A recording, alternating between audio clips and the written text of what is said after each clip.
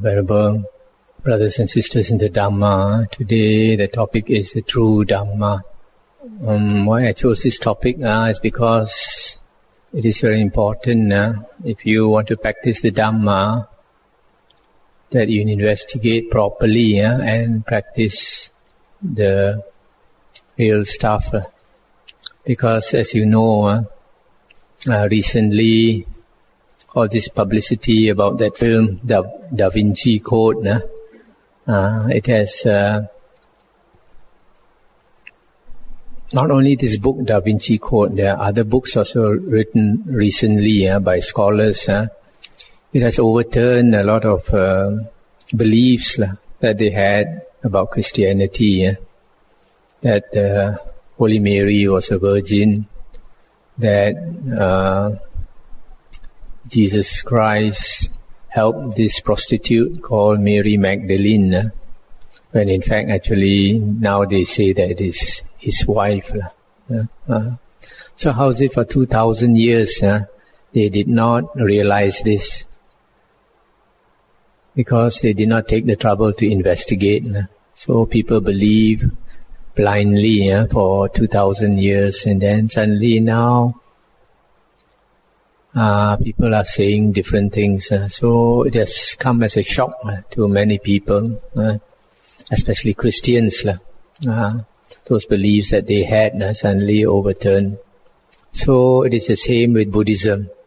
If we practice the Dhamma without investigating properly, then after many years you may find that what you believed in actually was groundless, was not true. So nowadays, it is a long time since the Buddha was here, 2,500 over years. So there is a lot of wrong teachings found in the Dhamma. And so to investigate what is the real Buddha's teachings, we should go back to the source, to the earliest discourses of the Buddha. In the suttas, the discourses of the Buddha, one of the sayings of the Buddha is, be a lamp unto yourselves, be a refuge unto yourselves, with no other refuge. Take the Dhamma as your lamp, take the Dhamma as your refuge, with no other refuge. So, you should rely on yourself and rely on the Buddha's Dhamma, the true Dhamma of the Buddha. Nowadays, a lot of people don't understand. They go around looking for a good teacher. So sometimes after following that for many years, you get disappointed. Like myself, I followed Suhu for 9 years, and after 9 years, I was totally disappointed. So that's why the Buddha said, depend on yourself and depend on the Dhamma. Now, what is the Dhamma? In another sutta, the Buddha said, if such a certain monk says that such and such is the Buddha's teaching, in other words, his interpretation of the Buddha's teaching is such and such, then the Buddha said, don't accept it and don't scorn it also, don't reject it also. The Buddha said, compare what he teaches with the suttas, and for the monks also with the Vinaya. And the Buddha said, if it agrees with the suttas, then you can accept it as the Buddha's teachings. If it does not agree with the suttas, then the Buddha said, reject it. It is not the Buddha's teachings. So I give you some examples. We know that there is this story about the Buddha, that he cultivated the paramis for many lifetimes. It is said to be 4 asankheya kapas, and 100 Mahakapas. 1 kappa is a world cycle, which is supposed to be extremely long. So long, the Buddha said, that it is very hard to imagine how long it is. So, asankhya kappas means uncountable world cycles. And they say for 4 uncountable world cycles and 100 great world cycles, the Buddha cultivated the paramis until he perfected the paramis. Then only he could become a Buddha. And then they base this on the Jataka stories. The stories about the Buddha in his past life being born as a deer, or as a rabbit, or as Sankanchil, etc. And if we examine these Jataka tales, we find that in these tales it is said that when the Bodhisattva was a deer or a rabbit, etc., he could speak like a human being and act like a human being. Have you ever heard an animal speak? I have never heard an animal speak. So can you believe that an animal can speak? And then some of these stories are so ridiculous. For example, he said, when our Bodhisattva was born as a rabbit, he wanted to perfect his parami of giving, generosity. So there was a hunter who came into the forest to hunt. And he hunted the whole day and he couldn't hunt any animal. Didn't shoot any animal. So in the evening when he was preparing his dinner, his pot was boiling water, but there's no meat to cook. So he was very hungry. So it is said in the Jataka story that the Bodhisattva, as that rabbit, he jumped into the boiling water in the pot and sacrificed his life for the hunter to eat. Can you believe rabbit so smart, so good-hearted? If he was so smart and good-hearted, he would not be born as a rabbit, isn't it? And then also like the story about the Bodhisattva in the past life, where he saw the tiger so hungry that it had no milk to give the cubs. So the Bodhisattva, from the top of the hill, he jumped down, committed suicide so that he could feed the tiger. This type of story sounds very nice, but it goes against logic. How can somebody commit suicide to feed a tiger? Firstly, if you feed the tiger is used to eating human meat. Tomorrow he'll look for another human to eat. But the main point is it goes against the Buddha's teaching. Why?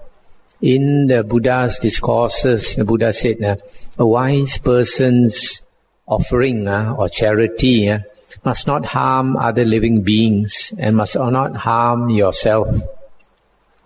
So, for example, if you want to offer,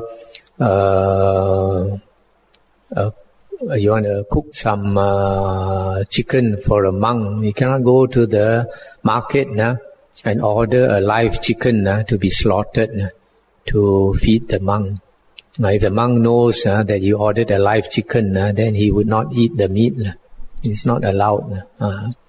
So in the same way, for this, in this story where the Bodhisattva committed suicide to feed the tiger, it also goes against the Buddha's teachings. If he actually did that, then he will make either his wife suffer a lot, or his parents suffer to know that he committed suicide to feed the tiger.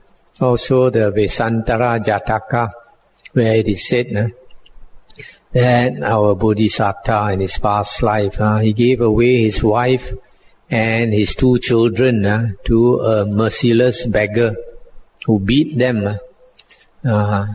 So he did this just to perfect his parami of giving. Don't you think that's very selfish?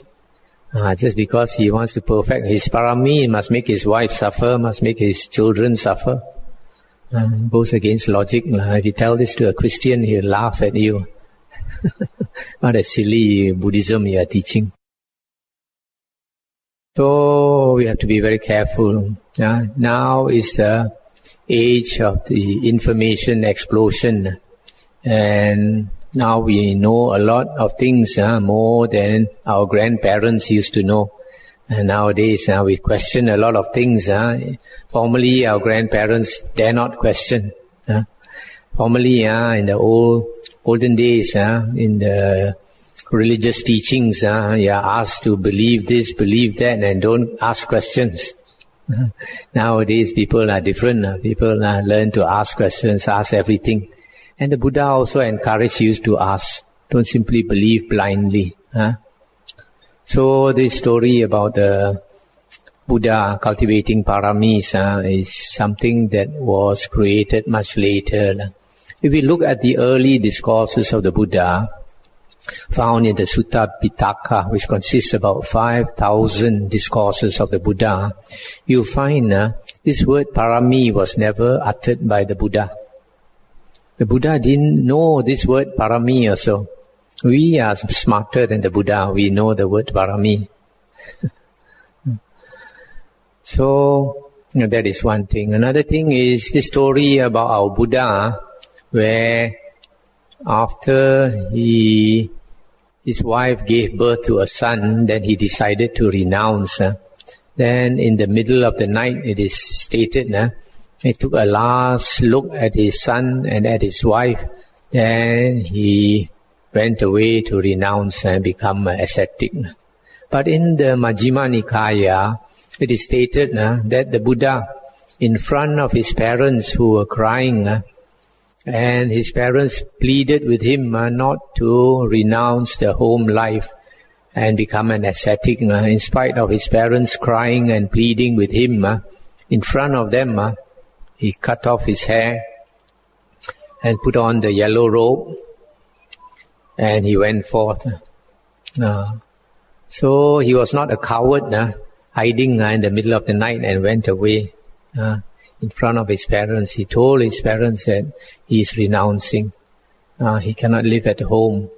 If you study the suttas clearly, more detail, you will find in the early discourses of the Buddha, this word bodhisattva, the Buddha used only to refer to himself in the last 3 lifetimes.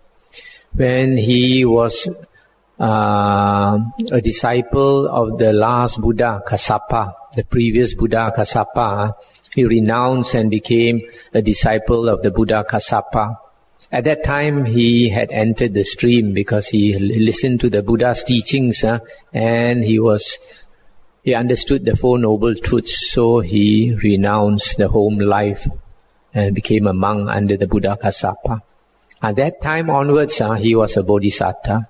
The suttas refer to himself as a bodhisattva in that lifetime, and in the next lifetime when he was reborn in the Tusita heaven, and in the last lifetime when he came down as Siddhartha Gautama. These 3 lifetimes only, the Buddha referred to himself as a bodhisattva. So actually a bodhisattva is a being who is already an Arya, and is destined for enlightenment.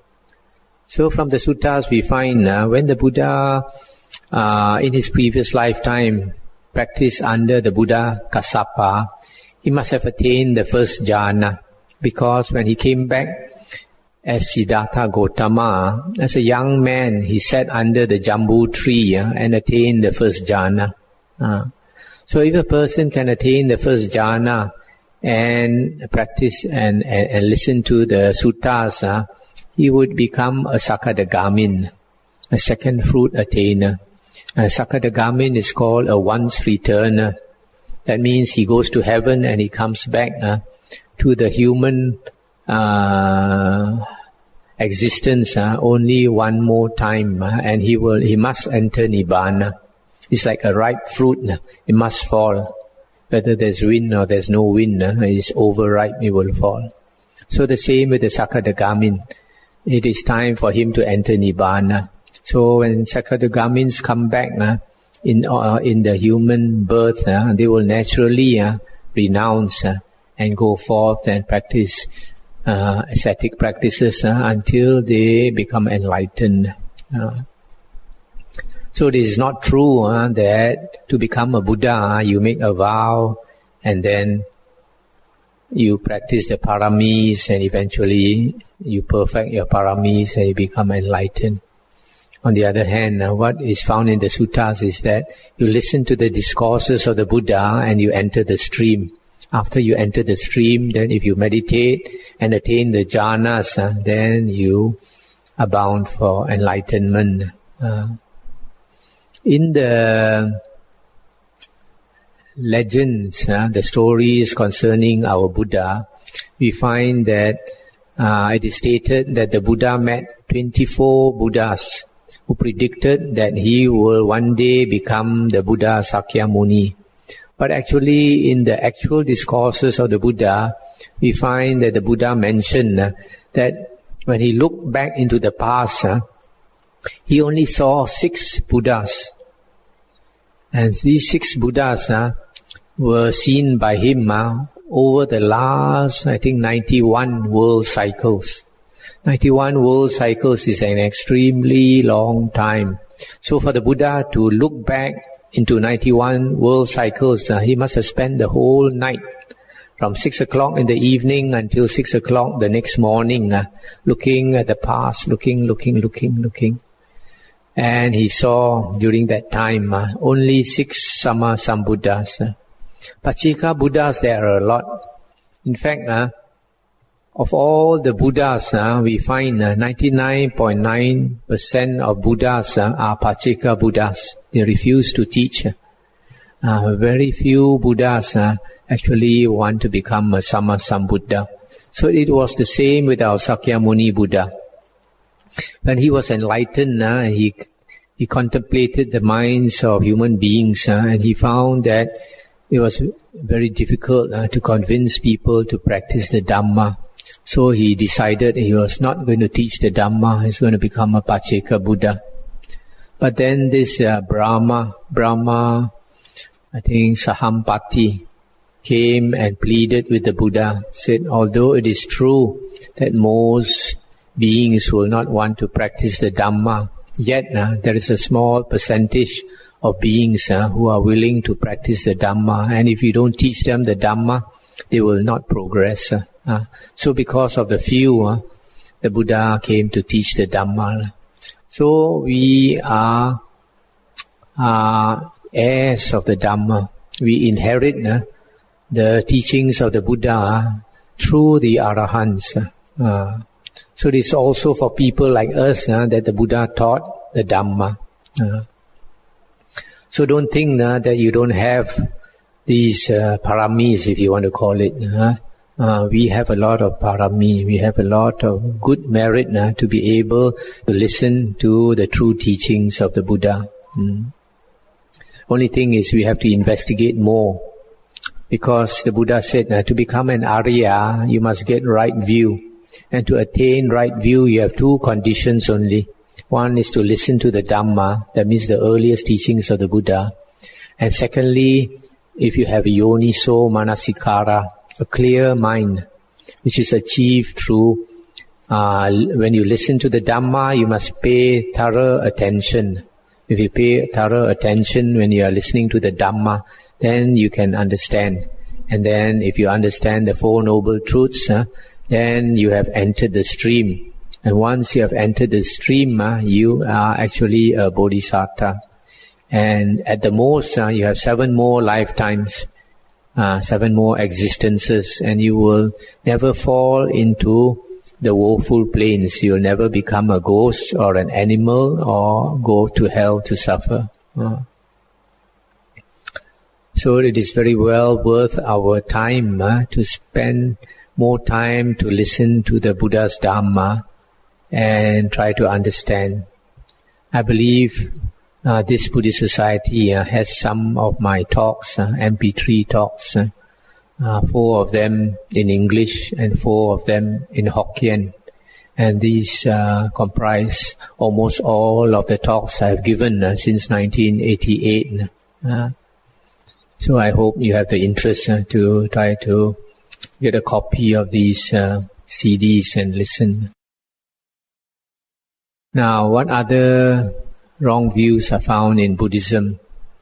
Another one is about meditation. Nowadays, many people are interested in vipassana meditation, but they go straight in without investigating properly. Because if you investigate properly, you find that vipassana meditation was created about 30 years ago by Mahasi Sayadaw. Before that, if you look back 50 years ago, nobody heard of vipassana meditation.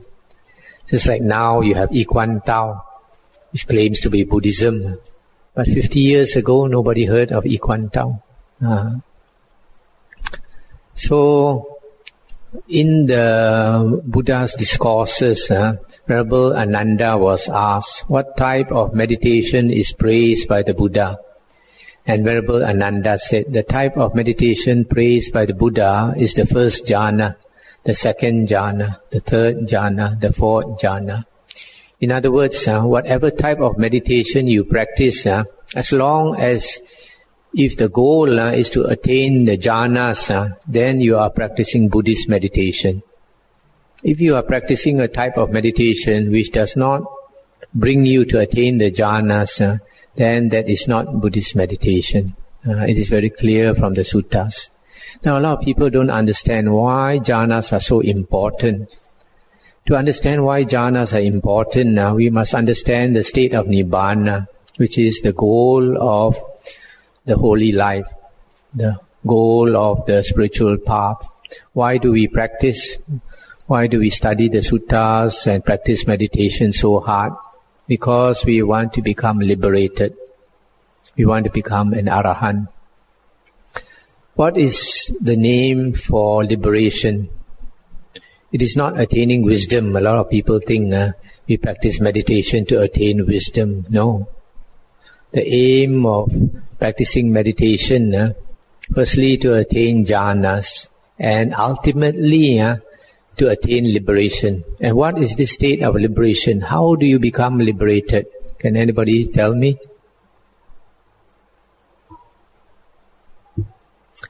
There is another name for an arahant, a liberated person. Another name for an arahant is a kina sava.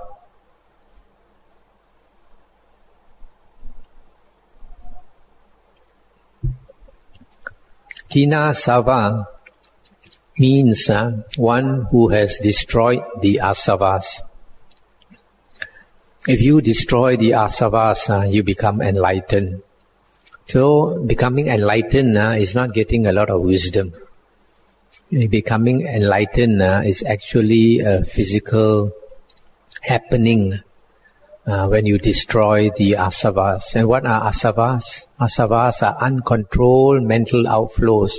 Basically, the flow of consciousness. As long as consciousness flows, this world exists. Why? Because this world is made up of consciousness. This world is only found in the 6 sense doors. Because you see, because you hear, because you smell, taste, touch and think, and the world comes into existence. Suppose you had no consciousness, is there a world? There is no world.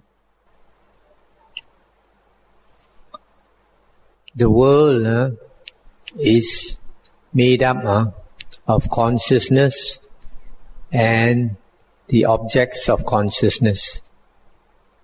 When you have consciousness and you have an object, then you are conscious of something.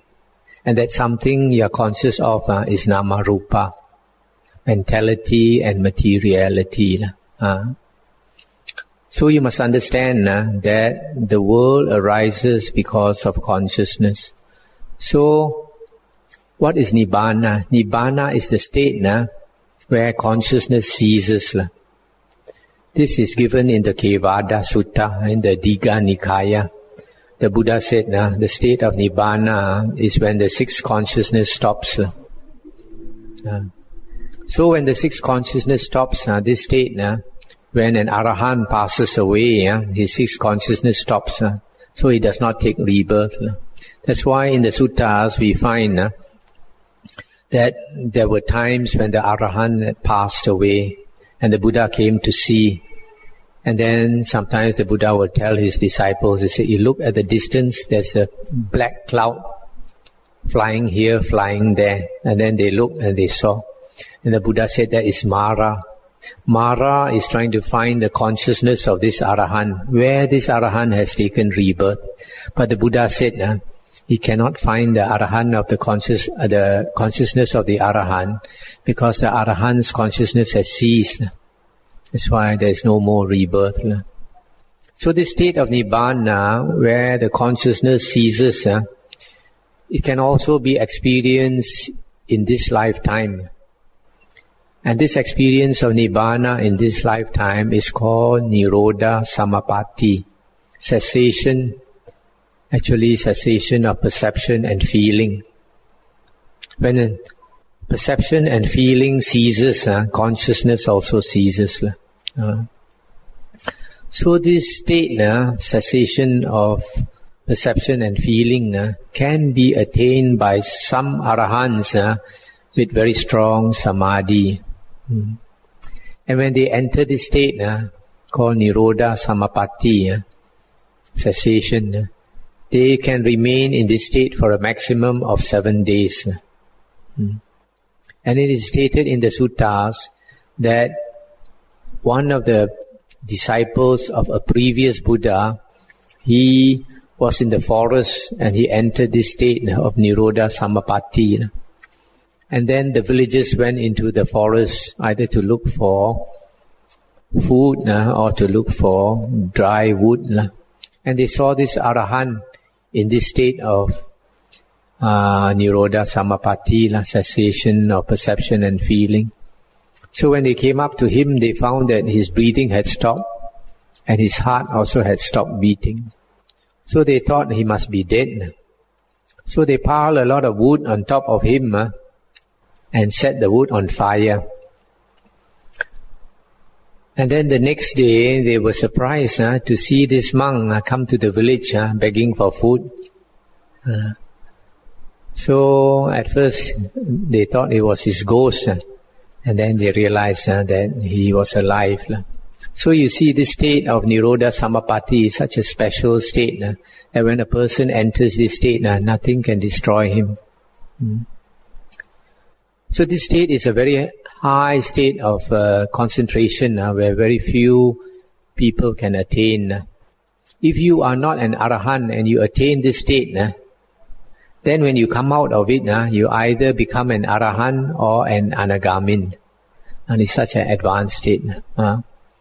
Now, to attain that state of Nirodha Samapatti or Nibbana, you have to pass through the jhanas. And there are 8 jhanas, 4 rupa jhanas and 4 arupa jhanas. And these jhanas are states where sometimes it's translated as meditative absorption, where you are so absorbed inside your mind that you are not aware of the world. So to attain this state of jhana, you have to withdraw from the world. When you enter, before you can enter this state of jhana, you slowly go into your mind. As you go into your mind, the world recedes from you. You're not aware of hearing, of seeing, of smelling, taste and touch. And then when you go into that first jhana, the mind still has some thinking, but the Buddha says only skillful thoughts, skillful intentions. So the kind of thoughts is not ordinary thoughts. It's not about thinking about your home or thinking about your work. You might think, I must remember to remember all these steps I took to come to this state so that I can repeat it again. So that is the first jhana. But when a person enters the second jhana, it is even more deeper state of samadhi, where the mind is so absorbed that thoughts cannot arise at all. That's why the state of jhana is called the state of the Aryan silence. Normally, our mind is always chatting. We are always talking to ourselves in the mind, and they are not doing anything. Very interesting that the mind will keep talking to you. But all that thinking is the source of dukkha. Sometimes people say a nasty word to you, and you keep thinking about it, you get more and more angry. So sometimes at night you cannot go to sleep. But to get rid of this mental suffering, if you enter that state of second jhana, it's so blissful, there's no thoughts to disturb you. So these states of jhana also are states of great bliss and happiness, piti and sukha. That's why in the suttas the Buddha said, if a person constantly absorbs himself in the second jhana, then he's reborn in the second jhana plane, and the state there is so happy and blissful. Every day he's saying sukha, sukha, sukha, like a person high on drugs. In the third jhana, the Buddha said, it's so blissful that he cannot even utter a word. So the Buddha said, Nibbanang paramang sukhang. The highest bliss is Nibbana.